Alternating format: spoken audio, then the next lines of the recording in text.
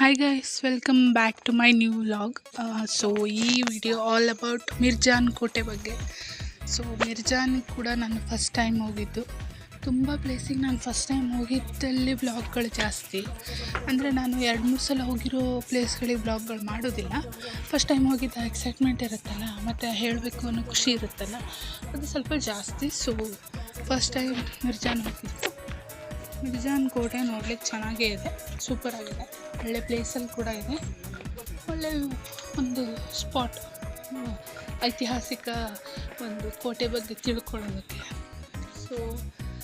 ಹೀಗಿದೆ ಮಿರ್ಜಾನ್ ಕೋಟೆ. ಇದ್ರ ಬಗ್ಗೆ ಒಂದು ಸಣ್ಣ ಪುಟ್ಟ ಮಾಹಿತಿಗಳು, ಜಾಸ್ತಿ ಅಲ್ಲ, ಸ್ವಲ್ಪ ಸಣ್ಣ ರೀತಿಯಲ್ಲಿ ತಿಳ್ಕೊಂಡು ಬರೋಣ. ಓಕೆ, ಅಲ್ಲಿವರೆಗೂ ನೀವು ವಿಡಿಯೋನ ನೋಡ್ತಾ ಇರಿ, ಮಾಹಿತಿಗಳನ್ನು ಕೇಳ್ತಾ ಇರಿ. ಎಲ್ಲ ಕಡೆ ಸಿಗುತ್ತೆ ಅಫ್ಕೋರ್ಸ್, ಮಾಹಿತಿಗಳಿಗೆ ಈಗಿನ ಕಾಲದಲ್ಲಿ ಎಲ್ಲ ಕಡೆ ಸಿಗುತ್ತೆ. ಬಟ್ ನಾನು ವಿಡಿಯೋ ವ್ಲಾಗ್ ಮಾಡಿದ್ದೀನಿ ಅಂದಮೇಲೆ ಸಣ್ಣ ಪುಟ್ಟ ಮಾಹಿತಿ ಕೊಡೋದು ನನ್ನ ಕರ್ತವ್ಯ. ಲೆಟ್ಸ್ ಬಿಗಿನ್ ವಿತ್ ಮೈ ಮಾಹಿತಿ. ಓಕೆ, ಈ ಕೋಟೆ ಇರೋದು ಕುಮಟಾ ತಾಲೂಕಿನ ಹತ್ತಿರ, ಸ್ವಲ್ಪ ಅಲ್ಲೇ ಹತ್ತಿರ ಇದೆ. ಅಲ್ಲಿ ಹೋದರೂ ಗೊತ್ತಾಗುತ್ತೆ, ಅದು ಎಂಟರ್ ಆಗೋಕ್ಕೂ ಮುಂಚೆ ಸಿಗ್ಬೋದು ಮೇ ಬಿ. ಇದು 16ನೇ ಶತಮಾನದ ಕೋಟೆ ಅಂತ ಹೇಳಿ ನಂಬಲಾಗ್ತದೆ. ಚೆನ್ನಾಗಿದೆ ಅಲ್ಲ. ಈ ಕೋಟೆಯನ್ನು ರಾಣಿ ಚೆನ್ನಭೈರಾದೇವಿ ಆಡಳಿತದ ಸಮಯದಲ್ಲಿ ಬಲಪಡಿಸಲಾಯಿತು ಅಂತ ಹೇಳ್ತಾರೆ. ಇವರು ಹೇಳ್ತಾರೆ ಬಲಪಡಿಸಲಾಗಿತ್ತು ಅಂತ, ಬಟ್ ತುಂಬ ಕಡೆ ಹೇಳ್ತಾರೆ ಅವಳೇ ಕಟ್ಟಿಸಿದ್ದು ಅಂತ ಕೂಡ ಹೇಳ್ತಾರೆ. ಆಮೇಲೆ ಇದು ಟಿಪ್ಪು ಸುಲ್ತಾನನ ಅವರ ಅಡಿಯಲ್ಲಿ ಹೋಯಿತು ಅಂತ ಕೂಡ ಉಂಟು. ಕೋಟೆಯ ಒಳಗೆ ಬಾವಿಗಳು, ಗೋಡೆಗಳು, ಗೋಪುರಗಳು ಮತ್ತು ರಹಸ್ಯ ದಾರಿಗಳಿದ್ದಾವೆ. ಈಗ ನೀವು ಈ ಕೋಟೆ ವಿಡಿಯೋ ನೋಡ್ತಾ ಇದ್ರೆ ಗೊತ್ತಾಗ್ತದೆ ನಿಮಗೆ. ಇದಕ್ಕೆ ಬೇರೆ ರೀತಿ ದಾರಿಗಳು, ರಹಸ್ಯವಾಗಿರೋ ದಾರಿ ಎಲ್ಲ ಸುಮಾರು ಇದ್ದಾವೆ ಇಲ್ಲಿಗೆ. ಮಳೆಗಾಲ ಟೈಮಲ್ಲಿ ಹೋಗ್ಲಿಕ್ಕೆ ತುಂಬಾ ಚೆನ್ನಾಗಿರುತ್ತೆ. ಮಳೆಗಾಲ ಟೈಮಲ್ಲಿ ಸ್ವಲ್ಪ ಹಸಿರಿನಿಂದ ತುಂಬಿರ್ತದೆ ಇದು ಅಂತ ಅರ್ಥ. ಇನ್ನೂ ಬ್ಯೂಟಿಫುಲ್ಲಾಗಿ, ಅಂದರೆ ಮಳೆ ಬೀಳ್ತಾ ಇರುತ್ತೆ, ಮಂಜಿರುತ್ತೆ, ಇನ್ನೂ ಬ್ಯೂಟಿಫುಲ್ಲಾಗಿ ಕಾಣುತ್ತೆ. ಇದು ಕುಮಟಾದಿಂದ ಸುಮಾರು 11 ಕಿಲೋಮೀಟರ್ ದೂರದಲ್ಲಿದೆ ಅಂತೆ. ಅಂದರೆ ಕುಮಟಾ ದಾಟೆ ಹೋಗಬೇಕು, ಅರಬ್ಬಿ ಸಮುದ್ರದ ಹತ್ತಿರ ಇದೆ ಅಂತ ಹೇಳಿ ಹಾಕಿದಾರಲ್ಲಿ, ನನಗೂ ಗೊತ್ತಿಲ್ಲ. ಆದರೆ ಇಲ್ಲಿ ಫೋಟೋಶೂಟ್ಗೆ, ಆಮೇಲೆ ಇತಿಹಾಸನ ಹುಡ್ಕೊಂಡು ಹೊರಟವರಿಗೆ, ಇಂಥವರಿಗೆಲ್ಲ ಇದು ತುಂಬಾ ಇಷ್ಟ ಆಗುತ್ತೆ. ಫ್ಯಾಮಿಲಿ ಜೊತೆ ಹೋಗ್ಲಿಕ್ಕೆ ಒನ್ ಆಫ್ ಬೆಸ್ಟ್ ಪ್ಲೇಸಸ್. ನಿಮ್ಮ ಮಕ್ಕಳಿದ್ರೆ ಅವ್ರಿಗೆ ಹೇಳಲಿಕ್ಕೆ ಕೂಡ ತುಂಬಾ ಚೆನ್ನಾಗಿರೋ ಪ್ಲೇಸು. ಅವರಿಗೆ ನಮ್ಮ ಇತಿಹಾಸದ ಬಗ್ಗೆ ಹೇಳಲಿಕ್ಕೆ ಚೆನ್ನಾಗಿದೆ, ನೋಡ್ಲಿಕ್ಕೆ ಮಾತ್ರ ಸೂಪರಾಗಿದೆ. ನಾನು ತುಂಬ ದಿನದಿಂದ ಅಂದ್ಕೊಳ್ತಾ ಇದ್ದೆ, ಈ ಶೂಟಿಂಗ್ ಎಲ್ಲ ತುಂಬಾ ಮಾಡಿದ್ದಾರೆ, ಹೋಗಲಿಕ್ಕೆ ಆಗಿಲ್ವಲ್ಲ, ನಾವು ಹೊನ್ನಾವರದಲ್ಲಿ ಹುಟ್ಟಿ ಬೆಳೆದು ಅಲ್ಲಿ ಓಡಾಡಿ ಮಿರ್ಜಾನ್ ಕೂಡ ಹೋಗಿಲ್ವಲ್ಲ ಅಂತ ಹೇಳಿ. ಬಟ್ ನಮ್ಮ ಲಕ್ ಹೇಗಿರುತ್ತೆ ನೋಡಿ, ನಾವು ಶಿರ್ಸಿಗೆ ಬಂದು ಶಿರ್ಸಿಯಿಂದ ಮಿರ್ಜಾನ್ ಕೋಟೆಗೆ ಹೊರಡು ಹೋದ್ವಿ. ಹೀಗಿರುತ್ತೆ ನಮ್ಮ ಲಕ್ ಕೂಡ. ಈ ಮಿರ್ಜಾನ್ ಕೋಟೆ ಆ್ಯಕ್ಚುಲಿ ಮುಸ್ಲಿಂ ರಾಜ ಕಟ್ಟಿಸಿದ್ದು ಅಂತ ಹೇಳಿ ತುಂಬ ಕಡೆ ಹಾಕಿದ್ದಾರೆ.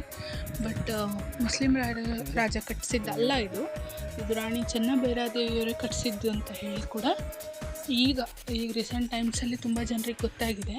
ಇವರು ಕೆಳದಿ ಸಾಮ್ರಾಜ್ಯದ ರಾಣಿ ಅಂತ ಹೇಳಿ ಪ್ರಸಿದ್ಧ ಆಗಿದ್ರು ಆವಾಗ. ಅವರು ಕಟ್ಟಿಸಿದ್ದು. ಅವರ ನಂತರ ಈ ಕೋಟೆ ಟಿಪ್ಪು ಸುಲ್ತಾನನ ಅಡಿಯಲ್ಲಿ ಕೂಡ ಇತ್ತು, ಆಡಳಿತದಲ್ಲಿ ಕೂಡ ಇತ್ತು ಅಂತಲೂ ಕೂಡ ಹೇಳಲಾಗ್ತದೆ. ಈ ಕೋಟೆ ಕೆಂಪು ಕಲ್ಲಿನಿಂದ ನಿರ್ಮಿತ ಆಗಿದೆ.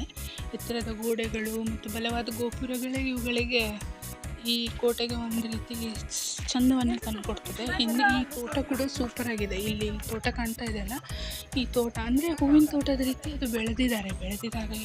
ನಾವು ಅಂದ್ಕೊಂಡ್ವಿ ಬೆಳೆದಿದ್ದಾರೆ ಅಂತ ಹೇಳಿ, ಮೇ ಬಿ ತನ್ನಷ್ಟು ತಾನೇ ಕೂಡ ಬೆಳೆದಿರ್ಬೋದು. ಒಳಗೆ ನೀರಿನ ಬಾವಿಗಳು, ಆಗಲೇ ಹೇಳ್ದಂಗೆ ಗುಪ್ತ ದಾರಿಗಳು, ವೀಕ್ಷಣಾ ಗೋಪುರಗಳು ತುಂಬ ಇಂಟ್ರೆಸ್ಟಿಂಗ್ ಅನ್ನಿಸ್ತು ನನಗೆ.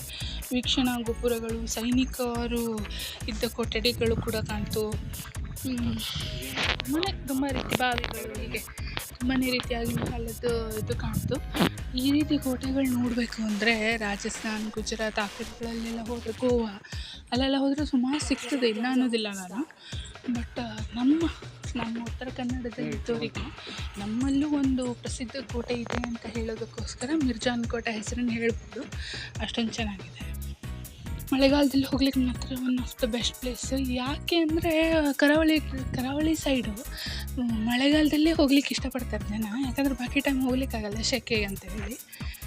ನಾನು ಕರಿಕಾನ್ ಪರಮೇಶ್ವರಿಯಲ್ಲಿ ಹೇಳೋ ಟೈಮಿಗೂ ಹಾಗೆ ಹೇಳಿದ್ದೀನಿ. ಈ ಹಿಂದೆ ಕರಿಕಾನ್ ಪರಮೇಶ್ವರಿ ವ್ಲಾಗ್ ಹಾಕಿದ್ದೀನಿ ನಾನು, ಅದರಲ್ಲೂ ಕೂಡ ಹಾಗೆ ಅಂದಿದ್ದೀನಿ, ಅಕ್ಟೋಬರಿಂದ ಫೆಬ್ರವರಿ ತನಕ ಅಂತ ಹೇಳಿ. ಸೇಮ್ ಮಳೆಗಾಲ ಚಳಿಗಾಲ ಟೈಮೇ ಅದು. ನಮ್ಮೂರಲ್ಲೇನೋ ಚಳಿ ಜಾಸ್ತಿ ಅಂತ ಅಲ್ಲೆಲ್ಲ ಚಳಿ ಇರಬೇಕಂತಿಲ್ವಲ್ಲ. ಸೊ ಮಳೆಗಾಲ ಟೈಮಲ್ಲಿ ಹೋಗ್ಲಿಕ್ಕೆ ಚೆನ್ನಾಗಿರುತ್ತೆ. ಬಟ್ ಕಲ್ ಮೇಲೆಲ್ಲ ಹತ್ತೋಕೆ ಹೋಗ್ಬಾರ್ದು. ಕಲ್ ಮೇಲೆ ಹತ್ತೋದು ಸ್ವಲ್ಪ ಕಿಟ್ಲೆ ಮಾಡೋದೆಲ್ಲ ಮಾಡಬಾರ್ದು. ಬಿದ್ದರೆ ಮಾತ್ರ ಕೈ ಕಾಲು ಮುರ್ಕೊಂಡೇ ವಾಪಸ್ ಬರ್ತಾರೆ. ಅಷ್ಟು ಹೈಟಲ್ಲಿದೆ, ಅಷ್ಟು ಹೈಟಾಗಿ ಕಟ್ಸಿದ್ದಾರೆ ಕೂಡ. ಆಗಿನ ಕಾಲದ ವಾಸ್ತುಶಿಲ್ಪಕಲೆ ಅಂದರೆ ಏನು ಕಮ್ಮಿನಾ, ಜಾಸ್ತಿನೇ ಇರುತ್ತಲ್ವ. ಹೀಗಿತ್ತು ಫೋಟೋಸ್ ಇದ್ರ ಬಗ್ಗೆ ಮಾಹಿತಿ ನಿಮಗೆ ಆನ್ಲೈನ್ ಸಿಕ್ಬಿಡುತ್ತೆ, ಅಲ್ಲಿ ಚೆಕ್ ಮಾಡಿ. Thanks for the watching guys, bye.